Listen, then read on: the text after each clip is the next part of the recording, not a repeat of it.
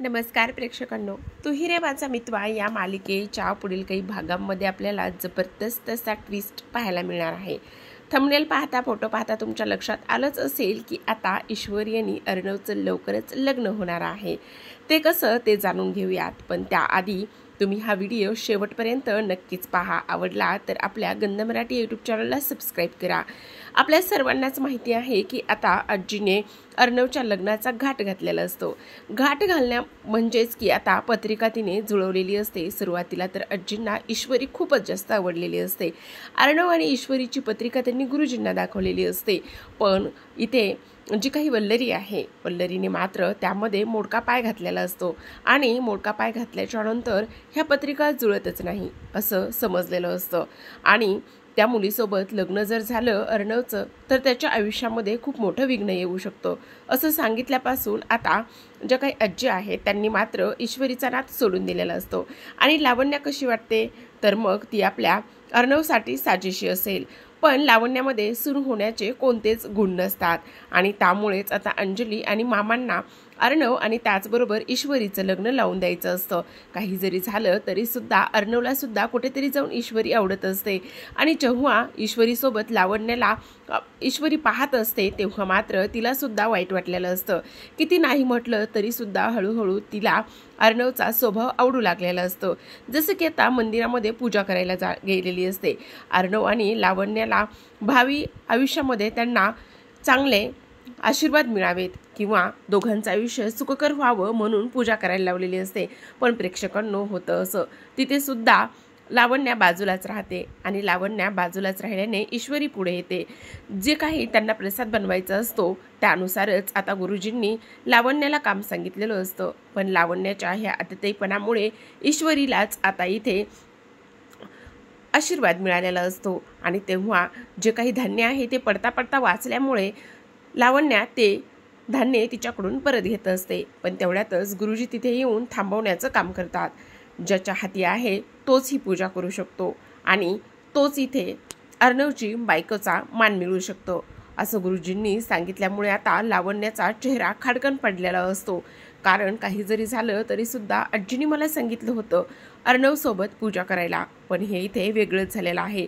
ही गोष्ट जेव्हा इथे ईश्वरी ऐकत असते तेव्हा ईश्वरीला सुद्धा खूपच मोठा धक्का बसलेला असतो। मनोमन तिला कुठेतरी जाऊन अर्णव आवडायला लागलेला असतो, पण आता गुरुजींनी केलेल्या ह्या भाकितानुसार मात्र काही जरी झालं तरी सुद्धा लावण्या ही अर्णवच्या आयुष्यामध्ये कशीच येणार नाही आणि त्या दोघांची जोडी म्हणजे अयोग्यच आहे। ईश्वरी ज्या पद्धतीने जे काही देवी आईचे संकेत आहेत त्यानुसार तर इथे अर्णवसोबत ईश्वरीच नेहमी दिसत असते। आणि सर्वात महत्त्वाची गोष्ट म्हणजेच की आता राकेशला त्याची ही इंदोरी जिलेबी आवडत असली तरी सुद्धा त्याच्याकडे कुठलाच पर्याय शिल्लक राहणार नसतो, कारण काही जरी झालं तरी सुद्धा आता ईश्वरीला हळूहळू अर्णव आवडू लागलेला असतो आणि त्याचबरोबर अर्णवच्या मनामध्ये सुद्धा ईश्वरी असते। जेव्हा जेव्हा तो त्या दोघांना एकत्र सोबत पाहत असतो तेव्हा तेव्हा मात्र त्याच्या मनामध्ये हाच विचार इथे येऊन जात असतो। आत्तापर्यंत राकेशने मात्र तो अंजलीचा नवरा आहे किंवा अर्णवसोबत त्याचं काय रिलेशन आहे हे लपून ठेवलेलं असतं, पण आता काही जरी झालं तरी सुद्धा जेव्हा अर्णव इथे राकेशला त्याच मंदिरामध्ये पाहतो आणि ईश्वरी समोर आले की हा माणूस असा गायब अचानक का होतो याचाच विचार तो करत असतो। आणि त्याचसोबत सर्वात महत्त्वाची गोष्ट म्हणजे की आता आजींनी मला आणि लावण्याला पूजा करायला सांगितली होती, पण देवाच्या मनामध्ये किंवा देवी आईच्या मनामध्ये नाही तोच वेगळा संकेत आहे। म्हणजे नेमकं काय आहे तर नेहमी काहीही करा तर लावण्याच्या जागी मी ईश्वरीलाच का पाहतो, तर खरंच आहे हे। जसं अंजली म्हणत असते, चिंटू मला माहीत आहे तुला फक्त आणि फक्त इथे ईश्वरीच आवडत आहे, पण मी सुद्धा तुझी बहीण आहे ना, तुम्हा दोघांना एकत्र आणलं तर नाव मी अंजली लावणार नाही असं म्हणूनच आता लावण्याने सुद्धा कंबर कसलेली असते की मी सुद्धा अर्णवसोबतच लग्न करेल। पण आता ह्यांच्यामध्ये उभी असते ती म्हणजेच की वल्लरीला काही करून लावण्याचं आणि अर्णवचं लग्न लावून द्यायचं असतं, पण अपोजिट साईडला मामा आणि अंजली असतात आणि अर्णवचं सुद्धा ईश्वरीवर मनोमन प्रेम असतं। किती नाही म्हटलं तरी तो सुद्धा आता अंजलीला साथ देणार असतो आणि लवकरच अंजलीला त्याच्या मनामध्ये जे काही आहे ते सर्व काही गोष्टी तो आता बहिणीला सांगणार असतो। जेव्हा या सर्व गोष्टी तो इथे बहिणीला सांगतो तेव्हा मात्र अंजलीला खूपच जास्त आनंद होत असतो की तिचा भाऊ ईश्वरीच्या प्रेमात पडलेला आहे। दोन्ही बहीण भावांचं नातं हे कसं आहे हे आपण पाहतच आलेलो आहेत।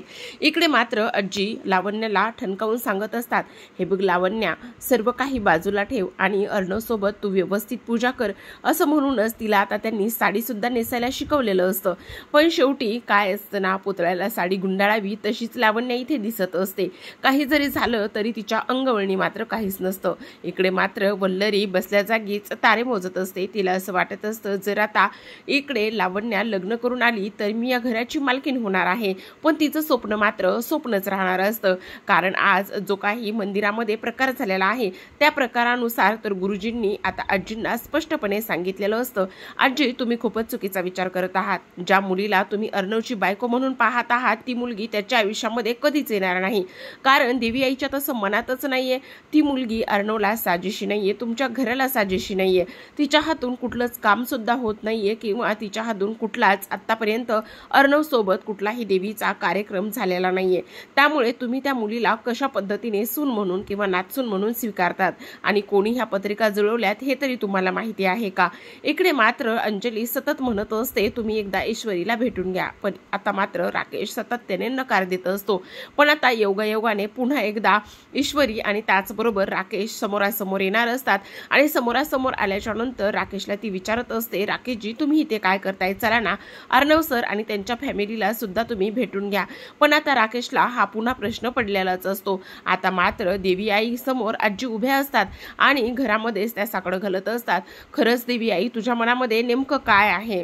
अर्णवचं आणि त्याचबरोबर लावण्याचं लग्न होणार आहे का? ईश्वरी माझी नाचून म्हणून येणार आहे, काहीतरी कौल दे। आणि शेवटी प्रेक्षकांनो, इथे देवी आईने आजीला कौल दिलेलाच असतो, ते म्हणजेच की लावण्यासोबत तुमच्या अर्णवचं तुमच्या नातवाचं लग्न न होता तुमची नातसून म्हणून ईश्वरीच येणार आहे।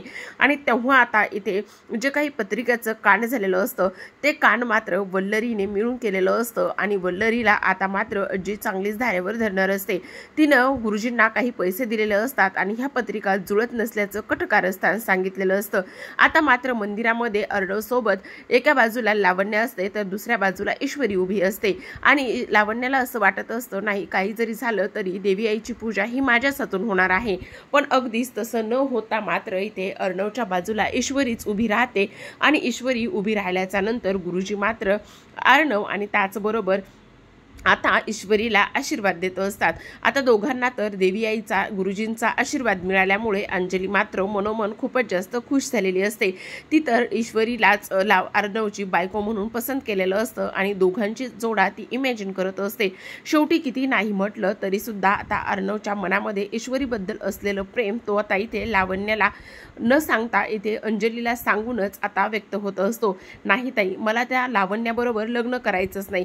तू आज पाहिलंस ना ती मंदिरामध्ये कशा पद्धतीने वागत होती आणि गुरुजींनी सुद्धा पाहिलं ना तू काय सांगितलेलं आहे, तू त्या लावण्याला माझ्यासोबत कशाच पद्धतीने इमॅजिन करतेस हे सुद्धा मला इथे कळत नाही। नाही ताई मला त्या लावण्याबरोबर लग्न करायचं नाही, माझं आणि ईश्वरीचं नातं किती घट्ट आहे, त्याचबरोबर ईश्वरीला मी माझी बायको म्हणून स्वीकारणार आहे, त्याचबरोबर मला तिच्यासोबतच लग्न करायचं आहे। मला तिला जर नाही भेटलं, तिला जर नाही पाहिलं तर माझा चेहरा उदास होतो, हे प्रेम नाही तर काय आहे ताई?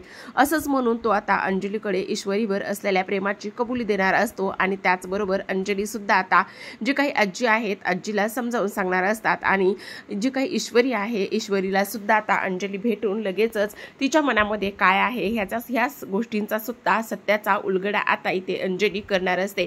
आणि त्याचबरोबर सर्वात महत्त्वाची गोष्ट म्हणजे प्रेक्षकांनो, आपल्याला असं पुढील काही भागामध्ये पाहायला मिळणार आहे की आता ईश्वरी आणि जो काही आपला अर्णव आहे ते दोघे सुद्धा आता डेटवर जात असतात आणि डेटवर गेल्याच्या नंतर अर्णव ईश्वरीच्या मनामध्ये काय आहे ह्या सर्व गोष्टी इथे तो काढून घेण्याचं काम करत असतो। काढून घेतल्याच्या नंतर मात्र दोघं एकमेकांना अनुरूप आहेत हे त्यांच्या भेटीमधून पुढे येत असतं आणि पुढे आल्याच्या नंतर मात्र शेवटी अर्णव हा ईश्वरीला लग्नासाठी मागणी घालत असतो आणि ईश्वरी सुद्धा अगदी हसतमुखाने त्याला लग्नासाठी होकार देत असते।